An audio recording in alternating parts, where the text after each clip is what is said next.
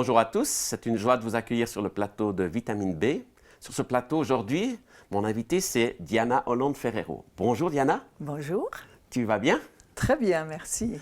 Afin que les gens connaissent un petit peu ton histoire, peux-tu nous dire un petit peu d'où tu viens? Quel est ton passé? Alors mon passé, oui, je crois que c'est ce qui est le plus important, c'est dire que je viens de l'occultisme. Oui. Je crois que ça c'est le maître mot, peu importe d'où je viens de façon terrienne, Oui. mais je viens de l'occultisme et j'étais profondément impliquée dans tout ce qui n'est pas la gloire de Dieu. Ouais. Donc pour toi, l'occultisme, c'était comme un monde en soi. Tout à fait, tout à fait. Je me sentais à l'aise parce que je ne savais rien d'autre. Voilà. Et je croyais surtout que c'était juste. Ouais. Et comment as-tu été conduite dans ce monde-là? Alors, j'ai étudié toute ma vie. Voilà. J'ai fait 30 ans. J'ai étudié 30 ans parce que je cherchais. Aujourd'hui, je dis, j'ai compris que je cherchais la vérité. Oui. Et j'ai retrouvé plus tard dans la Bible Mhm. que ce verset était existé. Je cherchais la vérité. Celui qui cherche, trouve. Alors tu as cherché dans plein de domaines de sciences, Énorme, de énorme. philosophie. Philosophie. J'ai commencé par le yoga, Ouais. qui était une science utilisée dans ma famille. Oui. Tout le monde faisait du yoga, il fallait qu'on soit calme. Bien que de famille catholique, on faisait le yoga. Oui. Et pour moi, c'était le pied mis dans l'engrenage. C'est ça. J'ai toujours cherché plus loin. Ensuite, j'ai étudié la médecine psychosomatique, la rééducation fonctionnelle. J'ai étudié beaucoup, aussi scientifiquement, tout Oui, là. le corps, l'âme et l'esprit. Tu voulais comprendre. Je voulais comprendre, absolument. Voilà. Donc, j'ai passé plus de temps à étudier qu'à faire autre chose. Voilà. Et lorsque j'étais à l'hôpital, je travaillais dans le cadre universitaire, je voyais que les gens n'étaient pas malades seulement du corps, mais aussi d'ailleurs. Et c'était de l'impalpable. Mhm. Et c'est ce qui m'a conduit à chercher dans la sophrologie, puisqu'on étudie les différents niveaux de la conscience. C'est Et ça. qui dit sophrologie, changement de conscience, amène à plus à l'hypnose. Mhm. Et ça a été le départ de toute une recherche. Alors pour finir, j'en suis arrivée jusqu'à la médiumnité. Mhm. J'ai fait des runes, l'homéopathie, l'ostéopathie, l'acupuncture, toutes les sciences qui étaient à disposition, que je croyais être un arsenal de soins C'est ça. corrects, bons pour l'humain qui était malade, m'ont amené à rechercher toujours plus loin et à vouloir toujours plus. Et en fait, avec toutes ces techniques que je pourrais peut-être un jour, qui sait, détailler, Oui. m'ont fait croire que j'avais une puissance. J'étais devenue un petit dieu. Ouais. Tu l'avais cette puissance? Mais non, Ben non. bien sûr que non. Mais quand on est dans cette espèce de... Qu'est-ce qu'on dira? Dans le langage, justement, occulte, on dira dans cette aura. Voilà. Alors, on ne se rend pas compte. Oui. On est aveuglé. Et moi, je voyais que le bien que cela pouvait produire aux patients, parce que je me disais, il doit y avoir quelque chose qui amène la Oui. guérison. C'est ça. Puis il y avait des résultats? Alors, bien sûr que l'humain recherche toujours l'empathie. Oui. En tant que thérapeute psychocorporel, en plus, l'empathie était la chose que le patient aimait. Et il y avait des améliorations relationnelles, C'est ça. mais quant à l'amélioration, disons, de la pathologie, de la maladie, Oui. je voyais que les pathologies changeaient, les maladies changeaient. Oui. Et les personnes même qui allaient mieux dans un secteur se péjoraient dans un autre. Par exemple, même rentraient dans une dépression. Ouais. Et c'est pour ça que tu as continué à le rechercher jusqu'à ce que tu trouves. Voilà, exactement. Et je me souviens, je luttais contre ce fléau qu'est la dépendance thérapeutique. Et je me souviens d'avoir reçu un téléphone en Égypte, lorsque j'étais en vacances, d'un patient qui me disait « Mais est-ce que j'ai le droit de faire ceci? Est-ce que j'ai le droit de faire cela ?» Et je me suis dit « Mais ça ne va pas. Je lutte contre cette dépendance, mais qu'est-ce qui se passe ?» Oui. Et un jour, je me disais « Mais il doit y avoir quelque chose. Il doit y avoir Autre chose. autre chose. » C'est ça. le noyau, j'allais dire. En anglais, on dit the core. Ouais. Hein? Le noyau, il doit y avoir quelque chose. Et ça s'est passé de façon assez étonnante. Je me disais, je dois trouver dans la mémoire cellulaire. Tu vas Je me suis dit, loin. je vais creuser loin. Je me disais, c'est la mémoire, c'est de l'infiniment petit. Oui, Je vais trouver là la réponse. Parce que ce n'est pas possible que les gens ne guérissent pas comme je le pensais. voilà. Et Avec surtout, toutes les techniques, avec tout ce c'est téléphone. un arsenal énorme. Je vous dirais un jour, c'est l'arsenal, j'y repensais hier, c'est impressionnant. Hein? Oui. L'ostéopathie aussi, du reste, qui est dangereuse. Mais alors, je reviens à cette étude de la mémoire cellulaire. Oui. J'arrive sur les bancs, bien sûr, que j'étais avec un tas d'élèves, et je vois un étudiant que je reconnais, qu'on s'était rencontrés 30 ans auparavant aussi en d'autres études recherches. scientifiques. Voilà. Hein.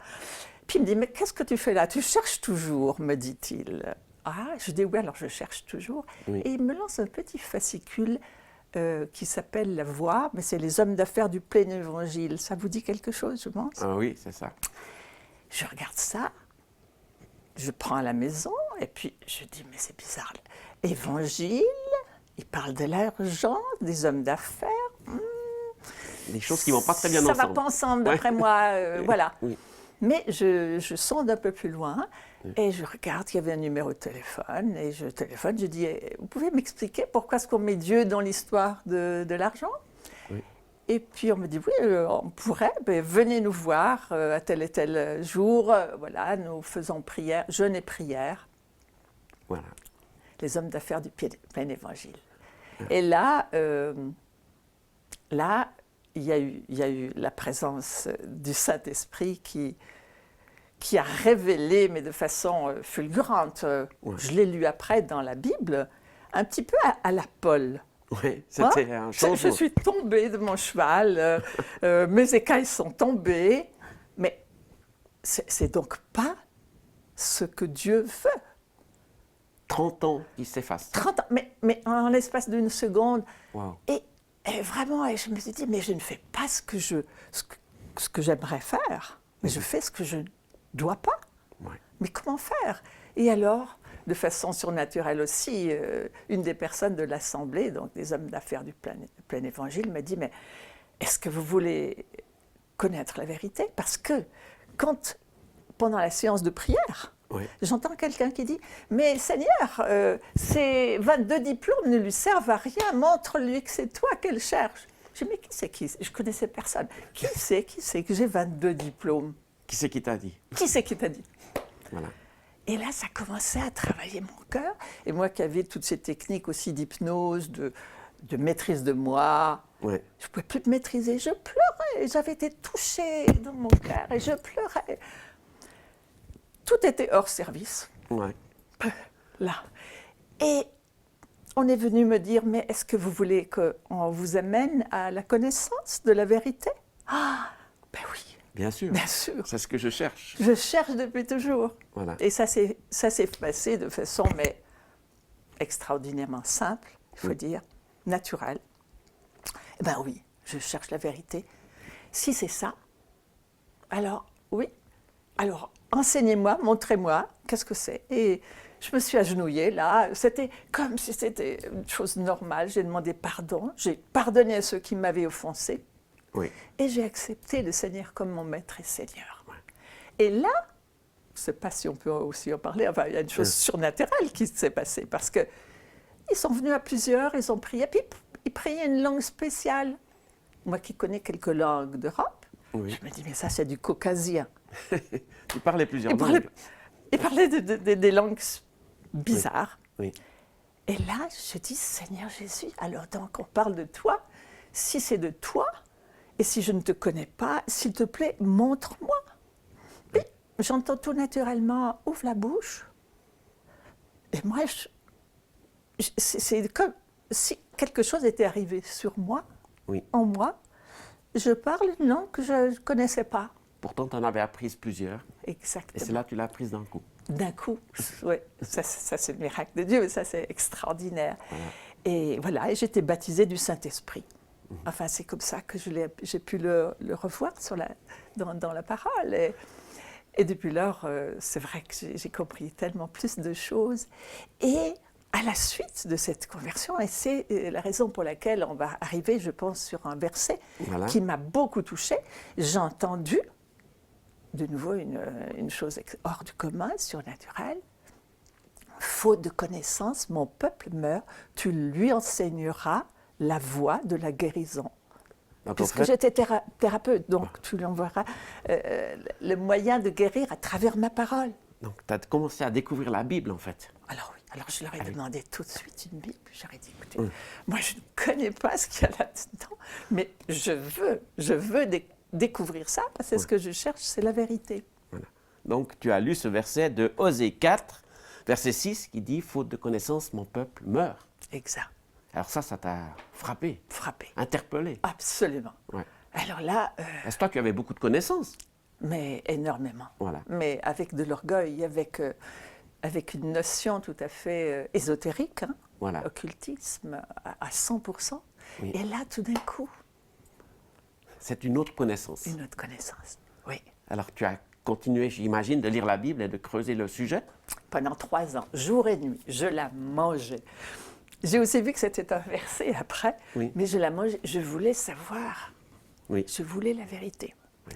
Et aussi en psychosomatique, hein, c'est une science psychosoma, j'ai trouvé des réponses à mes questions de diagnostic et de traitement. Voilà. Ça c'est... 30 ans, Seigneur, mais qu'est-ce qui s'est passé? Mais pour en arriver à ça, mais je suis très contente aussi parce que j'étais un peu fâchée avec le Seigneur. Je lui dis, mais tu te rends compte, j'ai perdu 30 ans. Et j'ai compris que ce n'était pas le cas. C'était justement pour éveiller les gens qui voulaient avoir la vérité et leur montrer la séduction, la progression qu'a l'ennemi de nos âmes, qui est l'ennemi de Dieu, pour nous amener dans des fausses croyances, dans des doctrines de démons. Voilà. On appelle ça comme ça. Voilà. Alors j'espère que je choquerai quelques-uns parce que la Bible, elle est faite un petit peu pour secouer les gens. En tout cas, moi, ça m'a secouée. Et j'ai fait en conversion, hein, on dit sur les pentes de ski, hein, on fait un 180. C'est ça. J'ai fait une conversion et vraiment, j'ai trouvé la vérité, le chemin et la vie. Et depuis, tu n'as plus besoin de chercher comme tu me cherchais avant? Non, exactement. Oui. Tu as senti un épanouissement intérieur profond? D'une part, il y avait un vide avant et c'est un plat. Et puis, chose étonnante, ça a élargi l'intelligence, ou ça a ouvert mon intelligence à des domaines ou à des secteurs auxquels je n'avais pas droit ou je ne comprenais pas. C'est vrai que ça a renouvelé mon intelligence. Et du coup, tu as mis de côté toutes ces 30 années d'études, à quelque part? Oui. Au niveau thérapeutique? Oui, alors de toute façon, alors du jour, de l'heure même. Du reste, j'avais un patient qui arrivait au cabinet, une patiente arrivait... donc c'était entre midi et 2h, cette rencontre avec les hommes d'affaires du plein évangile. Et à 2h30, 3h, j'avais une patiente, je ne me souviens plus de l'horaire exact. Et je lui ai dit, écoutez, moi, je ne peux pas être fausse. J'ai pris la Bible, j'ai dit, écoutez, regardez, je ne la connais pas, mais ça va être ça, mon guide thérapeutique. Donc, je ne vous fais rien à part de vous souhaiter que la vérité vous guérisse, parce que voilà, ça c'est mon chemin. Et voilà, je ne peux plus assumer aucune thérapie parce que je viens de découvrir la vérité. Alors, tu as perdu des clients, j'imagine? Ah oui, j'ai eu même beaucoup de problèmes parce qu'ils ne voulaient pas me lâcher.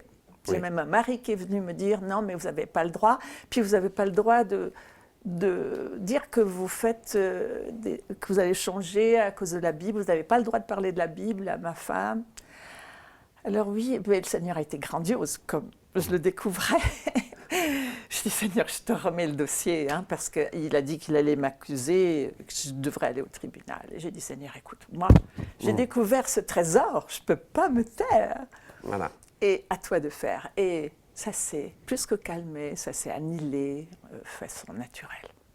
Alors, qu'est-ce que je peux demander de plus que d'avoir un Dieu si puissant et si bon et plein d'amour vis-à-vis de moi et des structures qui auraient pu me faire du mal au niveau professionnel. Ouais. Mais de toute façon, je fermais mon cabinet le jour même.